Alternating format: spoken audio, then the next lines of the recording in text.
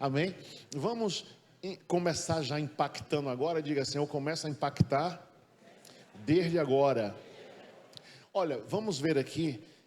Produza como Oliveira, produza como Daniel. Nós estamos no jejum de Daniel até o dia 17. E vai acontecer o que? Estamos muitas pessoas em jejum, estamos também com a corrente de oração, oramos sem cessar esses dias. E aqui tem uma palavra muito forte para você sobre uma árvore chamada oliveira, que você conhece o azeite de oliva, você tem em sua casa o azeite de oliva, e vamos falar desta árvore, que é uma árvore que ela tem algo muito forte na Bíblia. Então, eu vou lendo aqui os textos, você vai acompanhar aí, a gente vai acelerar um pouco aqui.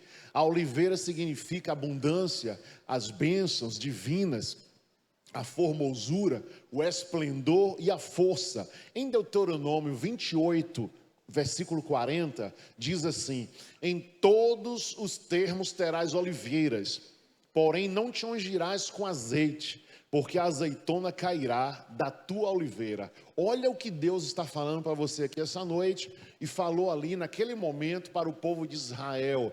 A oliveira, você sabe que o azeite de oliva até hoje é um produto caro, é um produto muito caro, exportado. O Brasil produz pouco, nós somos importadores do azeite, a maioria vem lá de Portugal, da Espanha, da Grécia, e também Israel produz.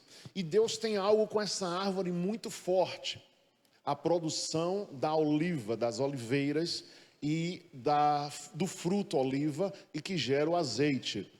Então Deus falou assim para o povo de Israel naquele momento, e fala para nós hoje: em todos os termos terás oliveiras. Realmente Israel tem oliveira em tudo que é canto, porém não te ungirás com azeite, porque a azeitona cairá da tua oliveira.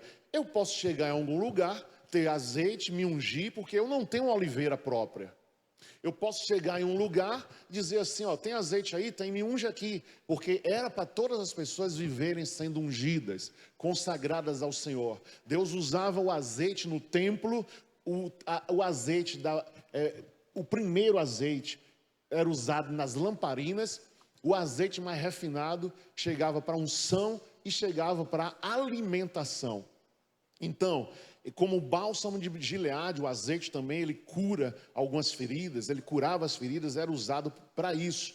Mas o Senhor também no livro de Salmos 52:8 diz assim: mas eu sou como a oliveira verde na casa de Deus, confio na misericórdia de Deus para sempre, eternamente. Olha a Bíblia de novo dizendo: eu sou como a oliveira verde na casa de Deus, confio na misericórdia de Deus para sempre, eternamente. Também em Oséias 14:6, estender-se-ão aos seus galhos, e a sua glória será como a da oliveira, a sua fragrância como a do Líbano. Então a Bíblia, em toda a Bíblia, você vai ouvir falar sobre esta árvore.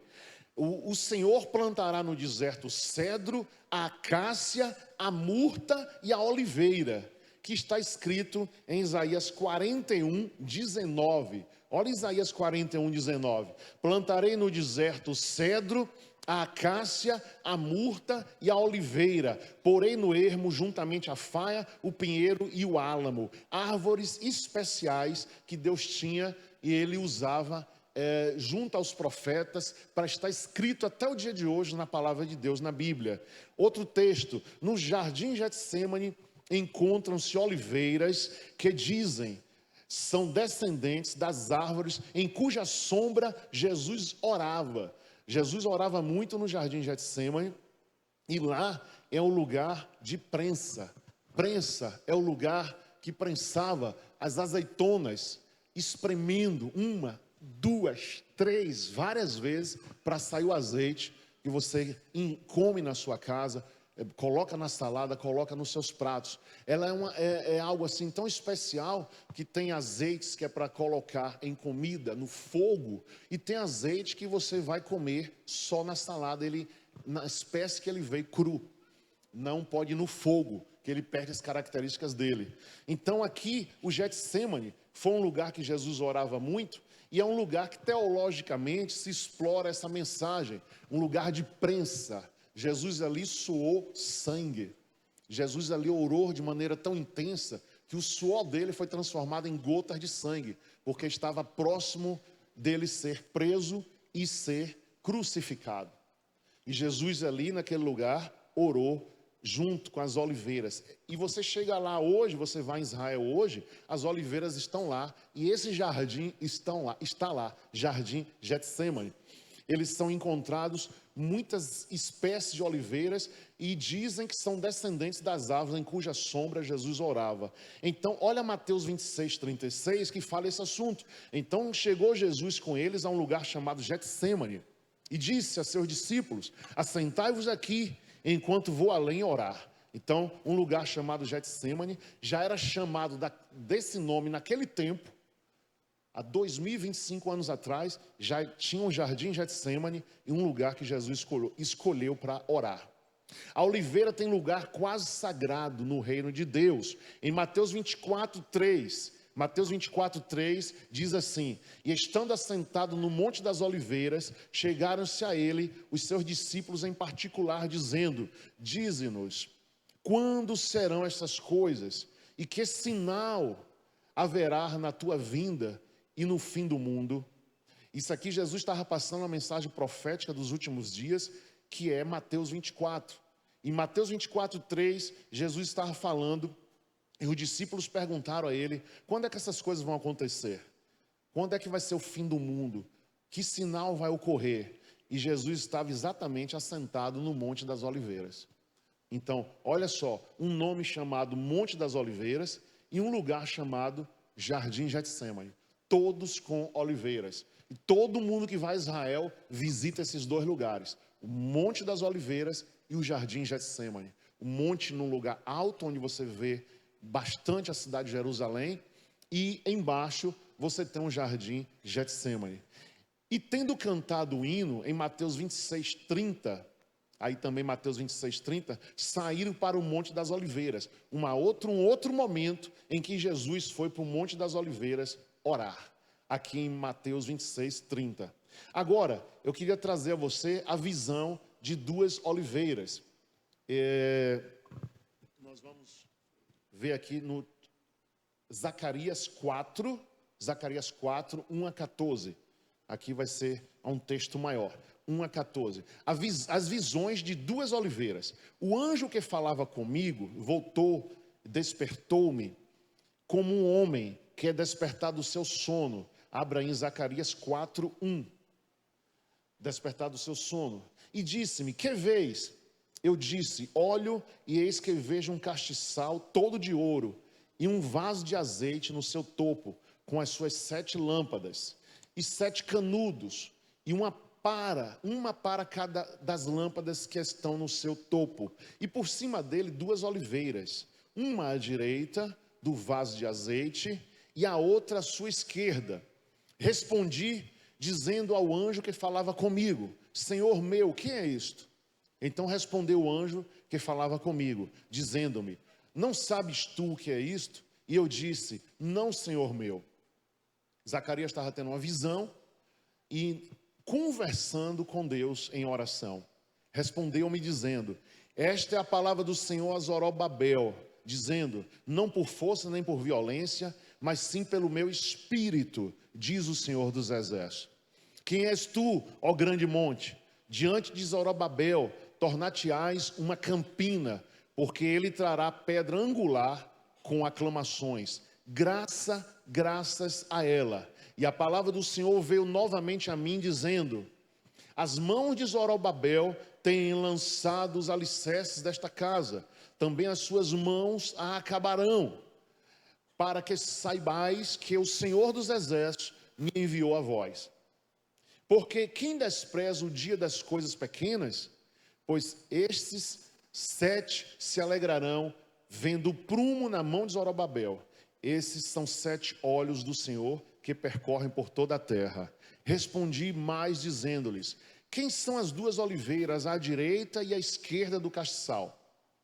Respondeu-lhes outra vez, disse: quem são aqueles 2 ramos de oliveira que estão junto aos 2 tubos de ouro, e que vertem de si azeite dourado? E ele me falou dizendo: não sabes tu o que é isto? E eu disse: não, Senhor meu. Então ele disse: estes são os dois ungidos que estão diante do Senhor de toda a terra. Zacarias 4, 1 a 14. Então o Senhor usou duas oliveiras em uma visão que ele deu a Zacarias, no capítulo 14. Estas são as duas oliveiras e os dois castiçais que estão diante do Deus da terra. Apocalipse 11:4 também fala dessas oliveiras. O apóstolo João teve essa revelação também em Apocalipse 11:4. Estas são as duas oliveiras e os dois castiçais que estão diante do Deus da terra. Então, praticamente, a oliveira é uma árvore envolvida no espiritual, envolvida no teológico, envolvida na Bíblia, de Gênesis a Apocalipse. Então, é uma árvore muito abençoada e criada e usada por Deus, não só para trazer o azeite, o alimento, como também muitas coisas espirituais vêm nessa árvore. A oliveira começa a produzir aqui uma informação científica, ela começa a produzir no quarto ano, é tipo o cacau, depois de 4 anos que ele produz o primeiro fruto. A pessoa na roça tem que saber, tem que esperar, já sabe disso, plantou e 4 anos não ganha nada, do quarto ano em diante que o cacau começa a produzir. E a oliveira é a mesma coisa, só que ela produz por séculos. A oliveira começa a produzir no quarto ano, continua a carregar durante séculos. Tem oliveira com mais de 2.000 anos na terra, frutificando, que foi plantada por alguém é dono dessa terra, dessa fazenda lá, como eu falei, Espanha, Portugal. Você vai no supermercado, você vê as bandeirinhas do país naquela garrafa de azeite. Espanha, Portugal, Grécia, os melhores azeites são da Espanha e de Portugal no mundo todo. Também a Itália produz muito, a Itália. Então tem árvores dessas que já tem 2.000 anos produzindo. 2.000 anos produzindo. Veja que quantas árvores, quantas lavouras se perdem com fungos. O cacau mesmo quase foi dizimado no sul da Bahia pela bruxa, um negócio que tinha lá, vassoura de bruxa, uma doença que veio da África, nos pés de cacau lá da África, e trouxeram para aqui para a Bahia para dizimar. Dizem até que foi algo premeditado e algo que foi feito de propósito. A doença veio da África de propósito para acabar com os fazendeiros do sul da Bahia, que eram muitos ricos lá, plantadores de cacau, que geram chocolate. E agora, a oliveira, veja, 2.000 anos, séculos, produzindo sem ter uma doença específica que acabe com ela. Meu Deus do céu, que árvore poderosa. Uma árvore viver 2.000 anos e produzir 2.000 anos, para quem é dono de uma região dessa, de uma terra nesse lugar, passa de família a família, famílias a família. Vai morrendo o neto, vem o bisneto, vai ficando, tomando conta, e aquela fazenda produzindo aquele óleo de oliva. E agora nós vamos fazer uma menção a você sobre a questão da oliveira. Agora vamos ver aqui, diga quem está ao seu lado, produza como Daniel. Você vê aqui uma foto que não é Daniel, um jovem. Daniel tinha 17 anos quando chegou lá. Ele chegou na Babilônia, que depois foi a Pérsia, que é o Irã, tomou a Babilônia, o rei babilônico. E Daniel viveu nesses dois países, nessas duas nações. Essa guerra que teve recentemente Irã e Iraque, nesse tempo teve Irã e Iraque. A Babilônia era no Iraque e o Irã a Pérsia. E Daniel chegou com 17 anos no Império Babilônico, onde depois o Império Babilônico foi derrotado pelo Império Persa. Daniel viveu nos dois lugares. Então você está vendo aqui um jovem, como se fosse na idade de Daniel, e ele colhendo azeitonas. Agora eu vou lhe trazer alguma especificação sobre o jovem Daniel. Porque é muito bonito quando você lê na Bíblia que Daniel entrou na cova dos leões e Deus o livrou. que Daniel fez, aconteceu isso, aconteceu aquilo, e ele foi livre. Vamos ver algumas interpretações aqui. Isso foi tudo 605 anos antes de Cristo. 605 anos antes de Cristo. O Império Babilônico, depois o Império Persa, e Daniel foi uma pessoa que fez os 21 dias de jejum. E nós estamos fazendo os 21 dias do jejum de Daniel. Agora quero que você abra a palavra aí no livro de Daniel. Vamos aqui com mais calma, lendo aqui a palavra. Daniel capítulo 1, versículo 3 a 8. 3 a 8. Olha o que diz a Bíblia. Daniel 1, do 3 até o 8. E disse o rei a Aspenaz, chefe dos seus eunucos, que trouxesse alguns filhos de Israel, da linhagem real e nobres. Então Daniel, quando vai para a casa do rei, quando vai para o palácio do rei, Daniel foi chamado. E Daniel, a Bíblia está dizendo, não diz quem são os pais dele, mas diz que ele era de uma linhagem nobre. De uma linhagem que tinha pais que souberam educar. Hoje você viu crianças sendo apresentadas aqui, e a base familiar é muito importante. Eu vou lhe abordar aqui algumas coisas que você vai observar. Daniel, ele já tinha uma base, com certeza a Bíblia, a teologia, não informa o nome dos pais de Daniel. Diz que ela é de uma linhagem nobre, mas os pais de Daniel, ele foi educado, ele foi alimentado, ele teve pai e mãe até os 17 anos. Quando Israel perde a guerra para a Babilônia invade, derruba os muros de Jerusalém, destrói Jerusalém e leva o povo cativo. Todas as guerras naquele tempo, algumas pessoas matavam os adversários, mas quem sobrava sem arma virava escravo do outro país. Então Daniel estava na nação dele, Israel, vira escravo agora da Babilônia e foi levado para a Babilônia. E aí o rei diz: desse povo de Israel, desse povo judeu, eu quero alguns jovens inteligentes, doutos, cultos, morando comigo aqui no palácio. Eu não quero qualquer um. Daniel foi convidado, tinha vários jovens, tinha vários homens, tinha várias mulheres. Israel perdeu a guerra, foram sequestrados, foram levados ali de Israel até o Iraque, onde a Babilônia existia. Até o Iraque, dá cerca de 3.000 quilômetros de distância, foram levados para lá. E depois tem o Irã e o Iraque, o Império Persa dominou o Império Babilônico e Daniel continuou nesse trajeto aí de ser ministro desses reis. Ele chegou a ser ministro, ele saiu de uma nação estranha, Deus foi com ele e ele chegou a ser ministro, o primeiro ministro debaixo da autoridade de um rei. Então o jovem Daniel cresce demais. E aqui veja, quando o rei pediu linhagem real e dos nobres. Olha o 4, mancebos em quem não houvesse defeito algum, formosos de parecer, instruídos em toda sabedoria, sábios em ciência, entendidos no conhecimento e que tivesse habilidade para viver no palácio do rei, a fim de que fossem ensinados nas letras e na língua dos caldeus, que eram os babilônicos. E o rei lhes determinou a ração de cada dia, da porção do manjar do rei, do vinho que ele bebia, e que assim fossem criados por 3 anos, para que no fim deles pudessem estar diante do rei. Entre eles se achavam os filhos de Judá, Daniel, Ananias, Misael e Azarias, 4 jovens.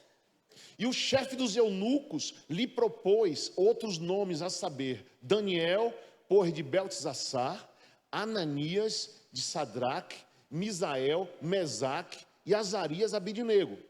Daniel assentou no seu coração, 8, não se contaminar com a porção do manjar do rei, nem com o vinho que ele bebia. Portanto, pediu ao chefe dos eunucos que ele concedesse não se contaminar. A ração, a comida que ele ia ter, que era a melhor comida do Iraque, que era a melhor comida da Babilônia, ele disse: eu não quero. Agora veja, muita gente está fazendo 21 dias de jejum. Tem gente que está em legumes, comendo só legumes 21 dias. Ok, amém. Daniel fez isso aí 3 anos. O primeiro sinal que eu quero que você Desperte é isso. 3 anos. Eu não quero a comida do rei durante 3 anos. Por quê? Olha só, olha o versículo 5. Que assim fossem criados por 3 anos. Diga, 3 anos. Vocês vão me ver no meu palácio, comendo a minha comida 3 anos. Vão aprender a língua do meu país, vão aprender a ciência do meu país, a tecnologia do meu país. Eu quero jovens nobres, sem defeito, bonitos, 3 anos aqui no meu palácio. E ele chegou, chamou o copeiro, o mordomo do palácio, ele não tinha contato direto com o rei, e disse: mordomo, me deixa sem comer essa comida que o rei ofereceu. Me deixa comendo legumes e tomando água. Ah, mas você vai ficar fraco, você vai ficar feio. 10 dias, me dê essa ração, essa comida, 10 dias. Depois de 10 dias, o mordomo foi até Daniel. Não, seu semblante está bacana. Eu vou permitir que você coma só isso, porque você está bem bonito, seu semblante está bacana. Foi por isso que Daniel ficou 3 anos sem comer a comida do rei, sem se contaminar. Agora eu lhe digo aqui, ó. A formação da linhagem real e nobre, ele decide não se contaminar. Agora vamos lá. Antes de quê? Antes, diga comigo, da fornalha.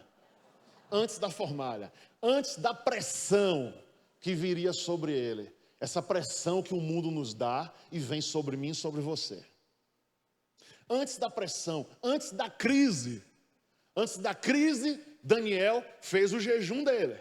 Antes de acontecer qualquer situação difícil na vida de Daniel, ele fez o quê? Eu não vou me contaminar, eu vou me reservar. Eu vou buscar força em Deus, eu vou buscar poder em Deus, eu vou buscar alimento em Deus, porque a coisa aqui é séria. Se a comida eu não quero comer, imagine as mulheres que tem nesse país. Se a comida não serve para mim, imagine os pactos e os deuses que tem nesse país.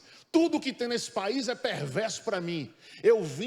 Meu pai e minha mãe disse para eu adorar o Deus de Israel. Meu pai e minha mãe me ensinou que eu teria que adorar um Deus invisível, mas poderoso, que é o Deus de Israel. E aqui eles acendem vela, aqui eles se contaminam, aqui tem imagens, aqui tem estátuas de gesso, de pedra, de tudo. E eu vou começar aqui dentro no que eu posso fazer. Eu não posso quebrar essas imagens lá fora, eu não posso mudar a religião desse povo, eu não posso sair desse país que eu não sei nem para onde eu vou, eu não posso fazer nada. O que eu posso fazer, eu vou fazer.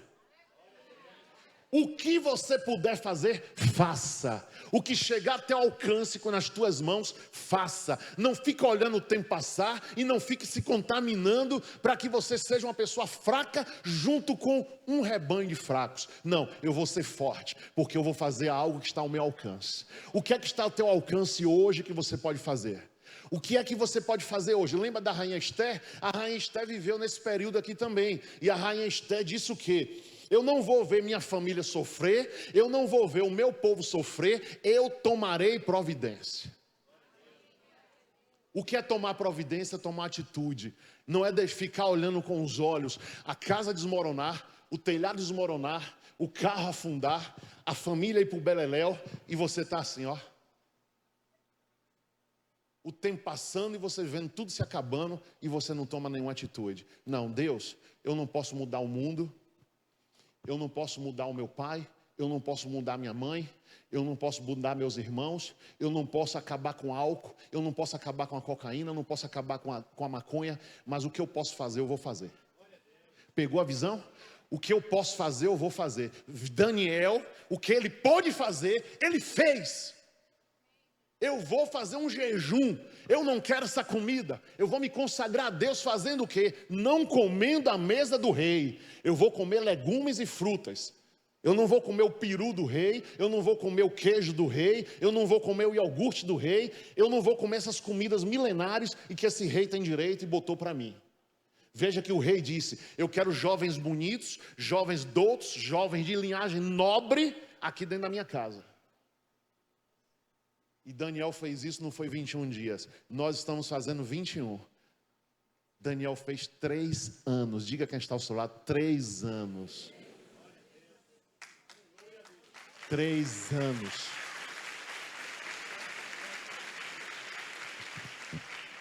Dá para você que brasileiro, né? Ou de um jeito ou de outro, um dia já comeu picanha? Não é? Já experimentou a picanha, a tal da picanha? E aí? Dá para você ficar com chuchu 3 anos? Dá para você ficar com alface 3 anos? Dá para você ficar 3 anos com abóbora, com cenoura? Já melhorei até o nível, né? O chuchu, o negócio é sério. É? Abóbora, cortadinho de abóbora com quiabo, é bacana demais. Saudável, né? Mas assim, dá para você ficar 3 anos? Pense bem. Pense bem. O que é que eu posso fazer, Deus, aqui com 17 anos, dentro de um palácio desse? É aceitar, alguém aceitar que eu só coma isso. Se eu me abster disso, Deus já vai ser comigo. Eu vou fechar a boca, vou comer só isso. Não vou comer nada gostoso, vou comer algo sem gosto, mas Deus vai me fazer sobressair. O cara sai de lá, e depois que ele revela algo para o rei, lá adiante, o rei coloca ele como ministro. Depois os ministros daquele país quiseram acabar com Daniel. Foi aí que ele foi para a cova dos leões. Mas ele já tinha o quê?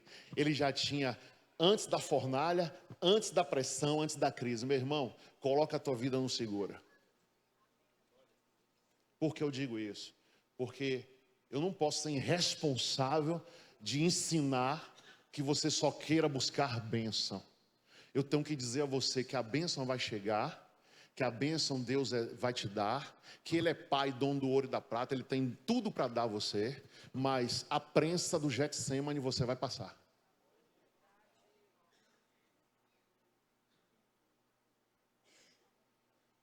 Foi Daniel que passou? Quem passou mais foi Jesus. Ninguém passou como ele. Jó não passou como ele. Passou dureza. Abraão, Isaac, Jacó, Daniel, Esther, todos passaram. Se você não souber que você pode passar, como você vai enfrentar? Como você vai suportar? Como você vai aguentar? Se você disser, isso não existe, não, existe sim. Você tem que entender da realidade, você tem que entender da prensa, você tem que entender da oliveira. Ele passou, como jovem ele passou. Eu vou passar na prensa, meu pai não está aqui, minha mãe não está aqui, o meu Deus não está aqui? Não, meu Deus está. Meu pai me ensinou que onde eu fosse, meu Deus ia comigo. Onde eu fosse, meu Deus estaria comigo. Ou na casa da prostituta, ou na festa de carnaval, ou em qualquer lugar. Se eu estou com Deus, Deus vai estar comigo, em qualquer lugar. E onde Ele estiver, eu tenho que me comportar como Ele quer. Por isso, Senhor, nessa terra eu abro um sinal. Eu não posso ficar sem comer. Aqui dentro não vão me deixar jejuar sem comer. Eu vou ficar 3 anos, legumes e frutas. Esse vai ser o teu sinal em mim, nessa terra doente, podre, para que eu me sobressaia e não morra aqui. Meu povo está todo aqui escravo, meu país acabou. Os meus pais certamente deveriam estar mortos. E agora? Eu estou nessa terra estranha, esses deuses estranhos, essa religião estranha, tudo é estranho aqui. Eu vou ter um sinal, um relógio. Onde eu for, Daniel está comendo legume e fruta. Ele está em jejum. E quem está em jejum na terra, eu tenho que marcar aqui do céu. Onde ele for, eu tenho que marcar. Está marcado, está marcado, está marcado. Ele está onde? Ele está onde? Ele está onde? Ele está onde? Já está marcado, está marcado. Ah, prepararam uma para a cova dos leões? Foi. Ele vai entrar na cova dos leões que dia? Tá, manda o anjo. O anjo foi e fechou a boca dos leões. Manda o anjo ligeiro. Os amigos dele estão como? Ah, fornalha de fogo, manda o anjo. E o quarto homem estava lá dentro. E o fogo não pegou naqueles 3 homens, porque o quarto estava lá. O próprio Senhor dos Senhores veio, desceu. Eu vou lá e eles não vão ser queimados. Amém, igreja? Amém? Sinal de jejum. Diga, sinal de jejum e oração. Daniel se preparou antes. Às vezes as pessoas dizem assim, não, eu vou me preparar aqui. Algumas coisas que você não se prepara, às vezes já nasce, ou a orientação que você recebe fica com você. Diga aí quem está ao seu lado, que coisa é essa? Pergunte, que coisa é essa? O preparo, ele tem que ser antes. Não se ganha uma maratona decidindo assim, eu vou correr em Paris, a maratona de Paris. Só vai para lá antes, quem está preparado, antes. Tinha um técnico que veio aí ser técnico do Bahia, que ele disse assim, rapaz, eu conheço jogador de bola no arriar das malas no aeroporto. Esse não joga nada, pode me mandar embora. Quando o cara arriava a mala no aeroporto, ele dizia, não joga nada, vai embora. Ele já sabia como um jogador chegava, que era bom de bola, e arriava a mala no chão. Então assim, você não se prepara na hora, você se prepara antes. Diga quem está ao seu lado, eu vou me preparar antes. Para as bênçãos de Deus e para as lutas de Deus. Eu vou me preparar antes. Diga quem está ao seu lado, a Bíblia fala do dia mau? Sim ou não? Fala ou não fala? Então diga, eu tenho que estar preparado para o dia mau. Eu tenho que estar preparado para qualquer luta. E Deus vai me dar vitória. Amém? Diga, Deus vai me dar vitória. Todo lado que eu for, Deus vai me dar vitória. Agora, diga quem está ao seu lado, jovens com raiz não são levados pelo vento da cultura. Qual é a cultura hoje? Qual é a cultura agora? Qual a cultura amanhã? Qual é a cultura que está aí no meio da juventude hoje? É internet, é desmaiar, é prender o peito na parede no colégio para cair desmaiado. É assim ou não é? E outro dia já morreu gente, todo dia está morrendo jovem. Qual é a cultura? São várias culturas. No meu tempo foi uma, no tempo de vocês é outra, amanhã vai ser outra. Cada dia uma cultura diferente. Mas os jovens com raiz não são levados pelo vento da cultura. Nenhuma cultura vai te tirar da presença de Deus, nem na universidade, nem na internet, nem em lugar nenhum, porque Daniel não mudou a cultura dele. O que o pai e a mãe ensinou, ele levou. O pai e a mãe poderia já estar morto, mas ele estava lá. Eu não vou me misturar com essa comida, eu não vou me contaminar. Diga glória a Deus, diga aleluia, aplauda ao Senhor. Eu não vou me contaminar, não se contaminou. E agora outra coisa, essa é a última. Fidelidade não se improvisa. Ah, eu vou ser fiel amanhã aqui para o bispo. Eu vou ser fiel aqui para o meu pai. Eu vou ser fiel aqui para o meu patrão. Eu vou ser fiel aqui para a minha esposa. Não, fidelidade não se improvisa. Fidelidade já está dentro da pessoa. Dentro dela, eu sou fiel e acabou. Eu não vou trair meu marido, eu não vou trair minha esposa, eu não vou trair meu companheiro, eu não vou trair a minha fé, eu não vou trair meu Deus.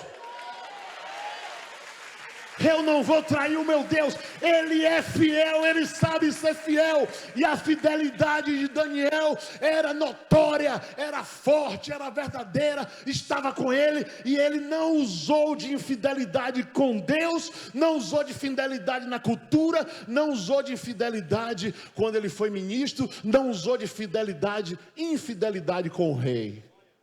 Onde ele estava, a fidelidade estava escrita nele. Eu sou fiel, eu sou fiel. Amém, igreja? Amém, igreja? Deus é forte, Deus é poderoso. Então diga assim, fidelidade não se improvisa.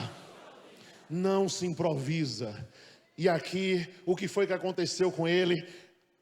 Vamos unir as duas coisas agora. Diga assim, vamos unir as duas coisas agora. A oliveira e a vida de Daniel. Olha o que aconteceu com Daniel aí no Salmo 128. 128. Meu Deus do céu, o Senhor é bom demais, meu Pai. Olha o Salmo 128. Veja, bem-aventurado, todos acharam? Bem-aventurado aquele que teme ao Senhor e anda nos seus caminhos. Vamos ler juntos? Pois comerás do trabalho das tuas mãos e te irá bem. Lê aqui no telão que é mais rápido. Lê aqui.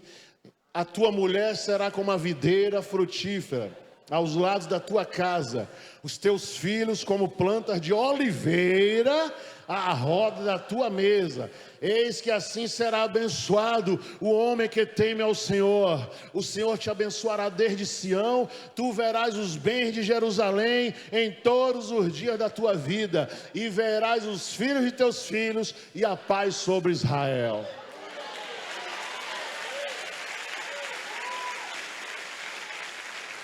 A tua mulher será como a videira frutífera aos lados da tua casa, os teus filhos como plantas de oliveira à roda da tua mesa.